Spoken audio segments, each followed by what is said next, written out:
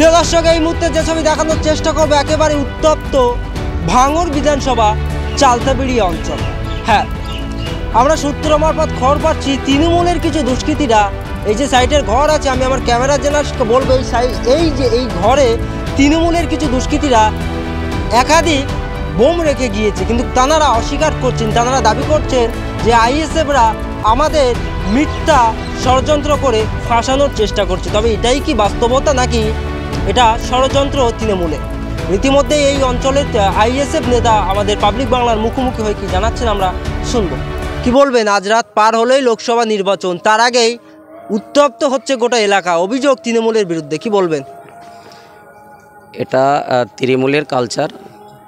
সারা বাংলা তারা সন্ত্রাস করে রেখে দিয়েছে, মানুষের মনে আতঙ্ক জাগাচ্ছে যেন সাধারণ মানুষ ভোট না দিতে পারে, কেন তাদের পায়ের তলায় মাটি নেই। তার জন্য শওকত মোল্লা সাহেব তাঁর সঙ্গভঙ্গ দিয়ে গোটা ভাঙড় বিধানসভা খোলে তারা সন্ত্রাস করার চেষ্টা করছে। তার জন্য আজকের এই ঘটনা ঘটিয়েছে। তারা কি বলবেন? তৃণমূলরা দাবি করছেন যে আইএসএফ মিথ্যা বলে আমাদেরকে ফাঁসানো হচ্ছে। এই ধরনের কালচার একমাত্র শওকত মোল্লা সাহেব তো নিজে মুখে স্বীকার করেছে যে এই ধরনের কর্মকাণ্ড টিএমসিরাই করতে পারে। তাহলে এখানে আইএসএফের কথা তো কোনো দিন আসতেই পারে না, আইএসএফের কোনো প্রশ্নই ওঠে না।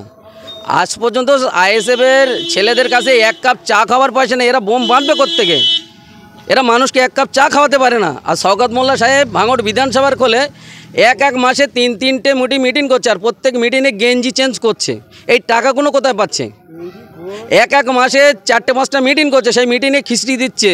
সেই মিটিংয়ে ভালো করে দেখেছেন, ভোজেরহাটে যাওয়ার আগে ঢোল তবলা বাজনা বিশাল ইত্যাদি করে খরচা করেছে। এই খরচার টাকাগুলো আসছে কোত্থেকে? আইএসএফরা সেই পরিমাণ তাদের অর্থ নেই, কিছু নেই। তারা গরিবের দল না, একটা নতুন দল। তারা এই ধরনের কর্মকাণ্ডের দিকে তারা একদম দূরে থাকে। প্রথম কথা হচ্ছে তাদের কাছে পয়সা নেই, তারা করতে চায় না।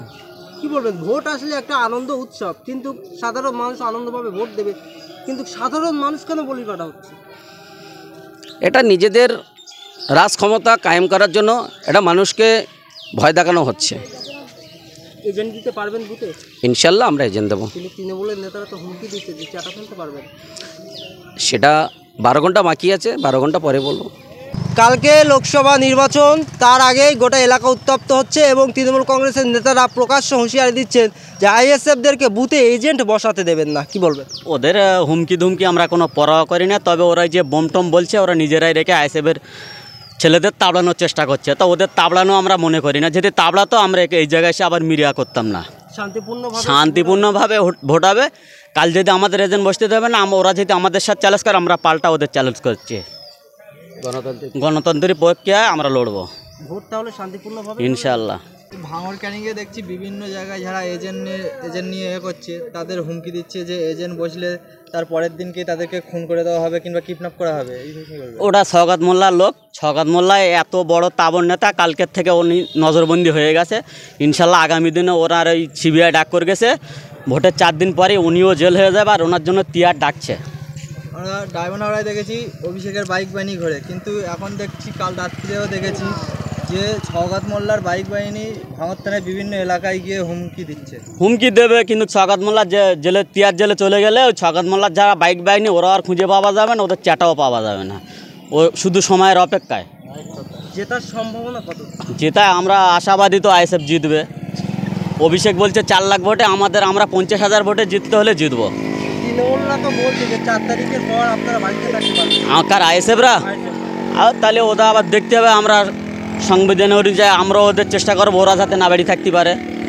আমরা সংবিধান অনুযায়ী, তবে ওদের মতন চোর ছাঁচড়া না, লোকের বাড়ি গিয়ে রাত্রিরে পুলিশে তাবড়াবো, ওই কাজটা আমরা করবো না। ভোটের দিন তাহলে শাসকের চোখে চোখ রেখে? হ্যাঁ, একদম ইনশাল্লাহ।